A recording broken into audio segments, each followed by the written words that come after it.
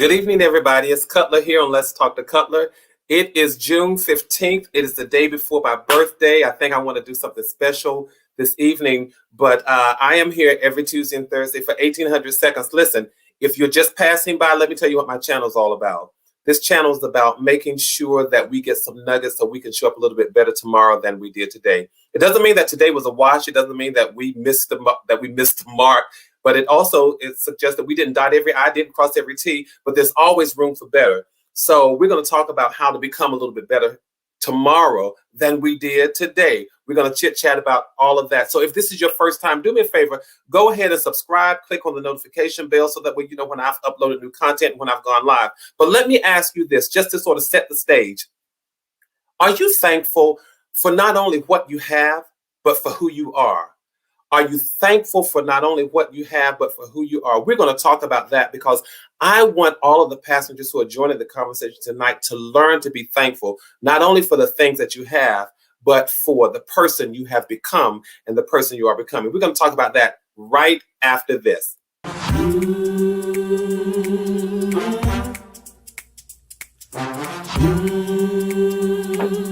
Let's talk to God.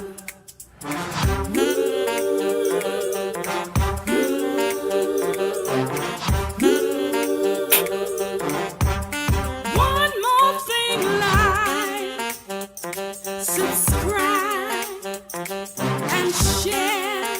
Come on, let's talk to God.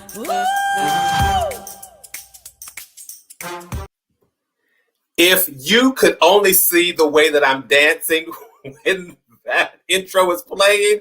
All right, listen, and I'm especially dancing this evening because, like I said, it is the day before my birthday. I have another special treat that I want to share with you all here on June 15th. So that means June 16th is my birthday. Mark your calendar so that way for the next 50 years, you know that that is Cutler's birthday.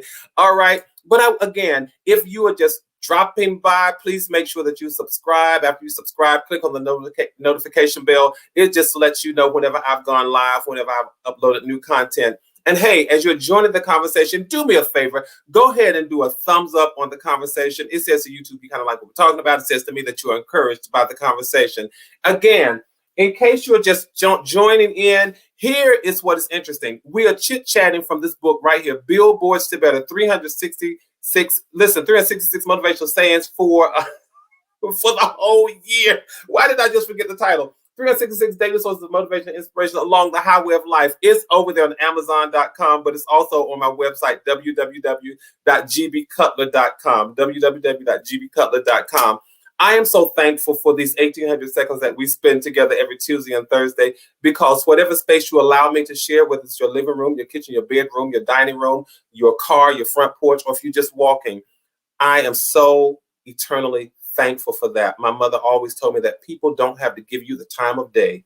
So always be thankful, always be humble when they share their time with you, because their time is something that they can't give back, but they readily give it to you. So thank you all so much for that. All right, here's the question that I want to pose this evening. This is the question. Are you thankful? Do you give thanks for not only what you have, but for who you are? We're going to talk about how to become a little bit better. All right, for 1800 seconds. And again, every Tuesday we read the quotes from Sunday, Monday, Tuesday. And then on Thursdays, we read the quote from Wednesday, Thursday, Friday. By the time you get to the one for Saturday, hey, it's up to you. Start a conversation with it. Let it be a part of your meditation. But for goodness sakes, make sure you read it. All right. And do me a favor, you all. I think it may be, and I might be wrong, but I think it may be Nicole So Natural's first time joining the conversation. If so, you all please make sure that you say a special hello to Nicole So Natural. Thank you for joining the conversation. By the way, let me just go ahead and do a special shout out to the LTTC VIPs for this evening. They are Devin Clements, Annie Cutler, and Raydella Lewis. Thank you all so much for being the first to join me in the chat this evening. Let's go ahead and chat about a few things, and then I have another special birthday gift that I want to give to you all. All right, June the 13th. The quote for June 13th says this: ungodly thinking leads to unrighteous doing. Ungodly thinking leads to unrighteous doing. Always good to see my good friend Auntie joining the conversation as well. All right, so I want to talk about this whole notion of ungodly thinking, how it leads to unrighteous doing. Listen, I'm not going to lambaste anybody tonight. I want you, well, Nicole, thank you for being here nonetheless. All right. June 13th, this quote, ungodly thinking leads to unrighteous doing. You all, I am a true believer that whatever you do with your body, with your hands, your feet, whatever you do with your body, you've already done it in your mind first. I just happen to believe that. I think that it is very rare for people to behave impulsively with their bodies without some sort of processing in their minds. That's just sort of the way I think. That is why I find it very difficult to believe people who can repeatedly, get this, who can repeatedly hurt and offend people, and then they say that they didn't know what they were doing, or that they didn't intend to do it. I don't get that. You can repeatedly hurt, repeatedly offend someone, and then you say, I didn't know what I was doing, or I didn't intend to do it. All right. I'm not sure that that is true. Marcia, feels so good to see you. All right. I don't believe that we walk around like zombies or robots controlled by a remote control. I tend to think that we are very intentional. I tend to think that we are very deliberate in our actions. I think that we sometimes can be calculated in our deeds. And I think that we can be very strategic in our behaviors. Y'all hang on, don't leave, because this is going to flip into an inspirational moment. I promise you it will be. So this is not to put anybody down. This is not to put us down tonight. This is really one of those pick me up and those moments of encouragement to remind us to be deliberate and intentional with the good that we do. That's what I'm talking about tonight. Let's be intentional and let's be deliberate with the good that we do. I'm talking about being strategic and lifting others up and encouraging others and motivating others to be cognizant. Let's learn how to be cognizant about the impact that our behavior will have on other people. And then let's be conscientious, you all, about making a positive impact on somebody else's life. Let's do that. The same way that we can sit down and develop a plan for administering revenge for the people, for the wrong that people do to us, let's be purposeful about developing a plan to do good, to be nice, and to play fair and to show love. Let's be deliberate about those kind of things. Let's be purposeful about those kinds of things. Yes, you're absolutely right. There are people who can offend you and then say things like, if I offended you, when they know that they offended you. Why? Because they were deliberate, they were intentional, they were purposeful about it. So what I want us to do is turn that into a positive, you all, and let's be deliberate and purposeful and intentional about making a positive impact on somebody's life. And why do we do that? Because somebody took the time to make a positive impact on our lives. That's what really paying it forward is all about. All I'm saying is that if we can be intentional with negative behavior, we can do the same thing with positive behavior. Let's be intentional about doing good, about being righteous, and let's be intentional about becoming better. Because becoming better is about us. It's no reflection on anybody else, but let us become intentional about becoming better. It doesn't mean that we don't like who we once were, but we see that there's always room to grow. All right. 1800 seconds, you all. I'm on a roll tonight because I got a special birthday gift that I want to offer you all. I want to go to the quote for June 14th. For June 14th, it says, speaking of good intentions, it says, stop confusing good intentions with godly pursuits. Stop confusing good intentions with godly pursuits. All right. Speaking of good intentions, if you really want to make sure that your intentions are indeed good, look at the end result. Check to see if what you intend will ultimately make God smile, will make God proud, will make God happy with the thing that you do. And why do I say that? Because sometimes our intentions can be just self-serving. Our intentions can be good for ourselves and for specific people, but they might ultimately bring harm to others. And what good does it do for me? What good does it do for me to have the intentions of becoming wealthy if it's at the risk of you becoming poor? Good intentions, but not godly pursuits. What good does it do me to have the intention of becoming successful if it's done at the loss and the demise of other people? Good intentions, but not a godly pursuit. Let me see if I can make this a little more practical. What good does it do for me to try and get a job if I got to lie on the application? What good does it do? What am I saying, you all? I'm simply saying that my life experience tells me that good is never truly good unless God is somewhere in it. If you miss church Sunday, just take that for church. And I'm going to move on to the next quote, right? My life experience, and I only have my life to base this on, it tells me that good is never truly good unless God is somewhere in it. All right. Listen, I want to say thank you all for joining me for these 1800 seconds, but I'm moving right along. I'm moving right along. And you all do me a favor if you haven't done a shout out to Marcia Fields, who's joining us. My friend Auntie sent her over. So thank you, Marcia, for joining us this evening. So glad that you decided to come and join the conversation. What I call you then is the fellow passenger this evening, because what do we do here every Tuesday and Thursday? We're riding along the highway. We're reading these billboards. Some pertain to us and some don't. Some apply, some don't. But what we're going to do, we're not going to ignore them. We're going to say, hey, that's a good one. I'll take that. And if it doesn't apply to me, I'll pass it on to somebody else, another passenger. And when this car becomes full, another one is coming. We have a caravan heading to a place that's called better. And we're doing it all together. All right, I'm going to go into the quote you all for June 15th. The quote for June 15th. Quote for June 15th. And again, it's all based on this book right here, my 7th book. Having the favor of God in my life does not make me better than anybody else. And our conversations get ready to wrap around this. Having the favor of God in my life does not make me better than anybody else. It simply makes me as blessed as everybody else. You all talk to me.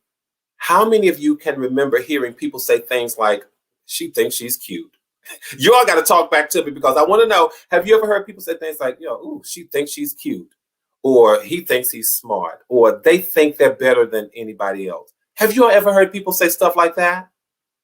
And what I discovered most of the time is that the people being talked about never really had a thought one way or the other. And I often wondered, where can such an accusatory tone come from? I often wonder what gave people the audacity to suggest that they could read the minds of other people and determine what they were thinking.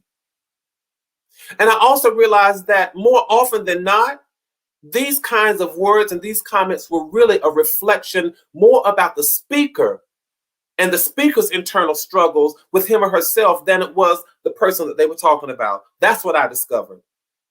Growing up, this is a true story, you all. Growing up, I excelled academically. And I would sometimes hear people say things like, oh, he thinks he's smart. What was I supposed to think? Should I have thought that I was intellectually challenged? Should I have thought anything other than what was? This is why I asked this question. Have you given thanks for not only what you have, but for who you are? Because I just want to remind us that those kinds of darts and daggers and that kind of jealousy, you all, even it has somehow found itself surfacing into our adult lives. And we look at people who have certain experiences, and consequently, because of their experiences, they have certain expectations of themselves. And we call them, not us, but people will call them things like arrogant, conceited, and pompous. It's just jealousy. Rather than celebrating them for the high standards that they may set for themselves, sometimes we make it all about us. And we attack them. Why? Simply because we have not had their experiences. Many times the same children who said things like, oh, she thinks she's cute, or he thinks he's smart, they become those same adults who say, or at least express things like, oh, they think they're better than anybody else because the favor of God is on their lives. I want to remind us all, and this is from my heart, I want to remind us all that if you've heard people say things about you like that, broken folk trying to break other people, hurt people trying to hurt other people, don't you ever cower. Don't ever cower. Don't ever hang your head in shame just because you've been blessed. Don't do it. You don't have to shrug your shoulders. You don't have to hang your head and walk around in shame just because of the favor of God that's on your life. Gone are the days of people making you feel bad about being blessed. Gone are the days, you all, of people making you feel bad about recognizing the investment that God has made in you. Gone are the days when you have to cower and pretend that you don't recognize that you are the handiwork of an awesome God who took the time to bestow certain gifts and talents on you. That's why I say count your blessings, but also learn to count your gifts. And by counting your gifts, I mean that count the gifts that God has put inside of you. Why? Because what I realize, it is an insult to God when you don't recognize or acknowledge what he has done for you. Because you know what I believe you are? Why would you ignore the thing that your accusers see in you? If they say you think you smart, they must think you smart. If they say you think you cute, they must think you cute. So it means that they see something. Don't you let other people see more good in you than you see in yourself. And don't you insult the creator of the whole world by not recognizing what he has poured inside of you, what he has invested inside of you. You don't have to ignore the value that is inside of you. I want to remind you all, you are the handiwork of an awesome God. You are favored and you are blessed. Being favored doesn't make you better than anybody else, but it certainly makes you just as blessed as everybody else. It doesn't make you better, but it makes you thankful. It doesn't make you better, but it makes you grateful. It doesn't make you high-minded. It makes you humble because you realize that the creator of the universe took the time to make an investment in your life. So what, you all, don't insult him. I encourage you all to live a life that gives him a return on his investment. Take that one and bank it, because you are everything that other people say you think you are. Yes, you are cute, you are smart, you are attractive, you are talented, you are valuable, you are all those things and more.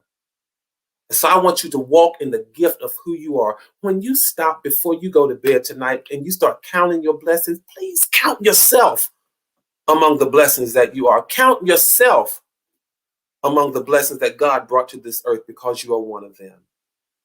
And as such, I want to do something for you all this evening. Yes, it's my birthday, but I have a gift that I just want to give, all right? I have a gift that I just want to give. And that is, again, I want to offer you the gift of my poetry. I'm going to read a couple poems with you tonight, if I may. And the first one that I want to read comes from my book, Who We Once Were. It's titled Brushstrokes on a Melancholy Canvas. Today I ran and ran and ran and ran.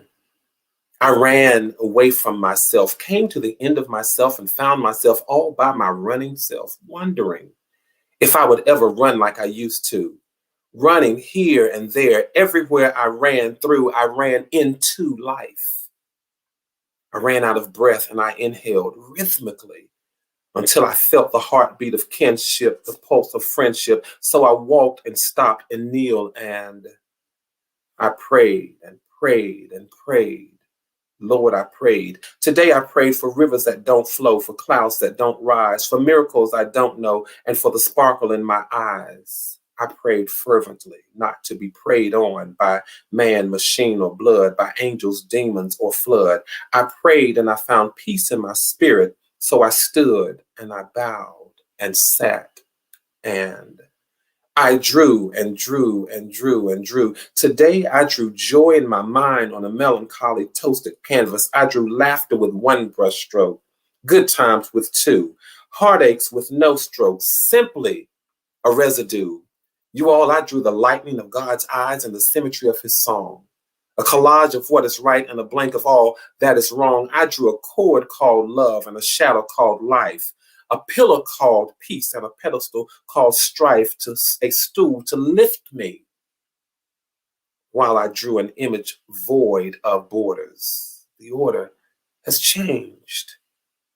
So I've rearranged the image, drawing who, what, and when until the ink spills from my pen, leaving me to draw blank lines, drawing conclusions about the whole matter, matters of opinion, matters of the heart. As a matter of fact, the image is abstract.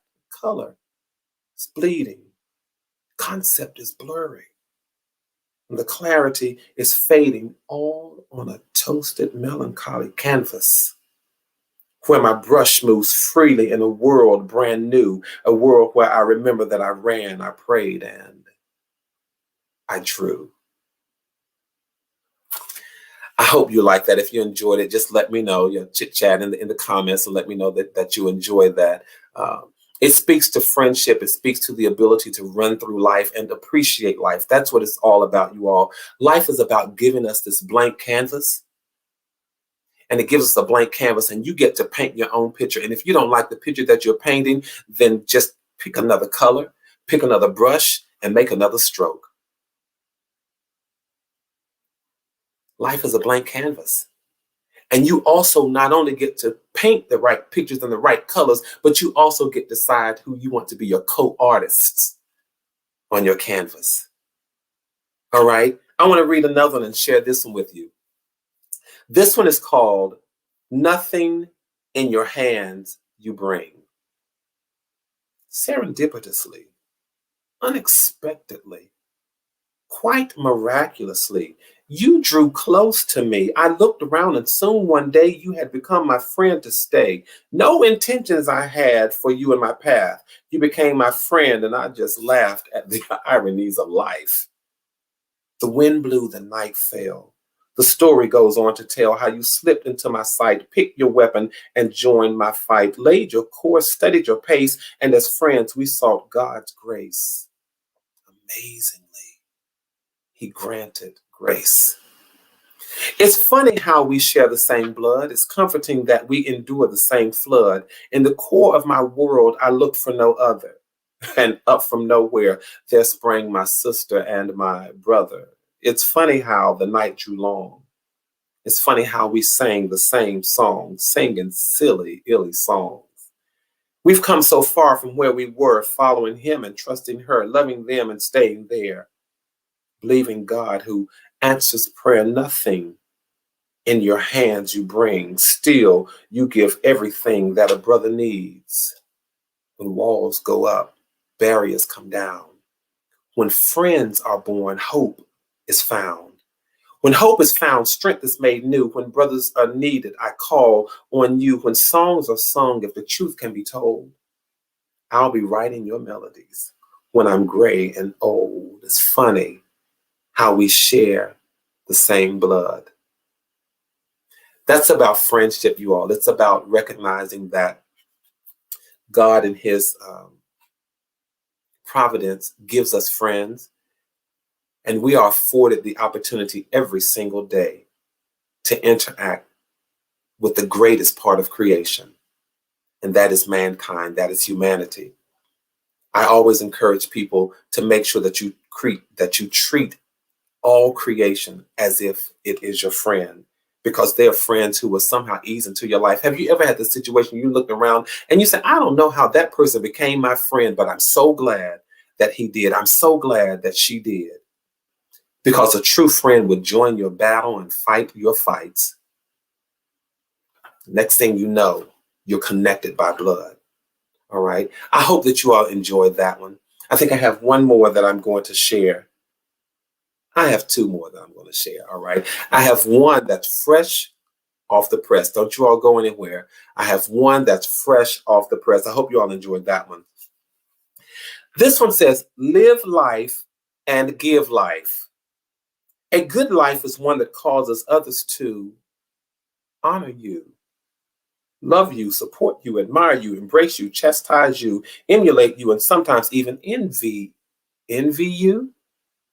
A good life is one that causes others to connect to your energy, see the world through your eyes, and draw a well so that they might thrive, dream, hope, dance, smile, and replenish the well. A good life. May you continue to live life, for in doing so, my friends, you give life to me. I want to say thank you all so much for giving life to me. I am so glad that I was led to read that poem because it epitomizes what these 1800 seconds are all about.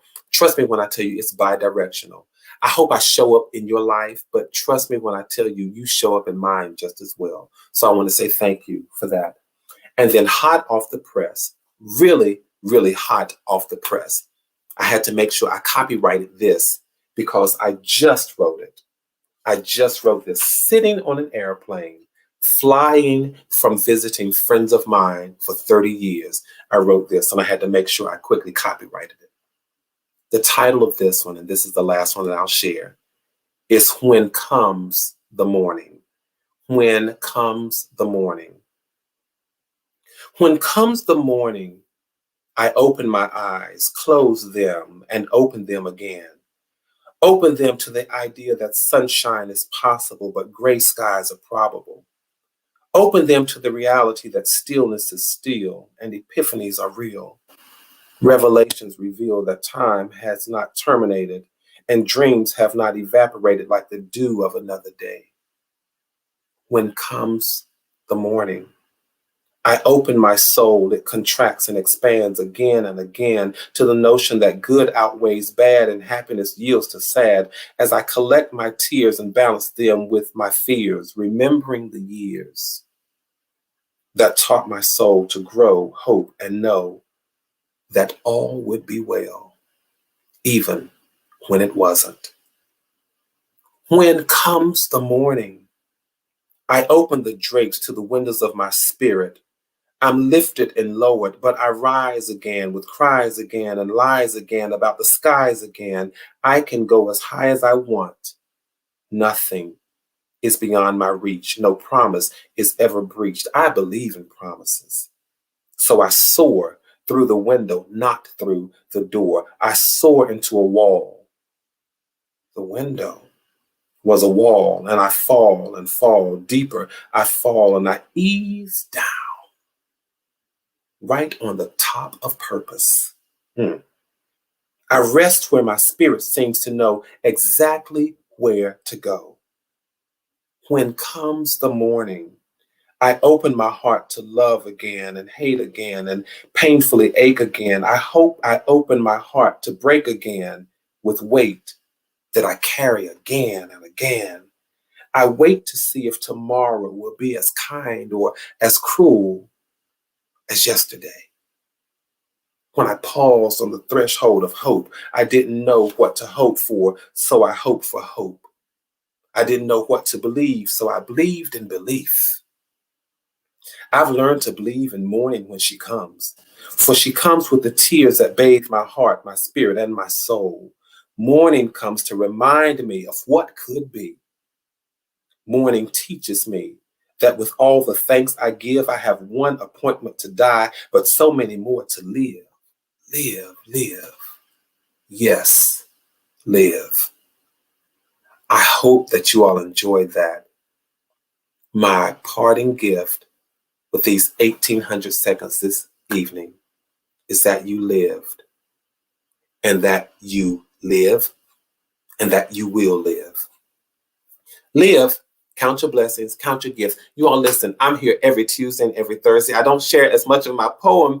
I don't share as much poetry every Tuesday and Thursday. But again, it's my birthday tomorrow. So I just wanted to share that with you all. Thank you for sharing this space with me. Do me a favor. Tell somebody else about Cutler and that Cutler's here every Tuesday and Thursday. Trying to make sure that we show up tomorrow just a little bit better than we did today. Today wasn't a wash, but we're going to try to become a little bit better tomorrow. Listen, you all, until next time, do me a favor, keep building community, keep maintaining connectivity, keep your heads up, keep your hopes up, stay safe, stay sane.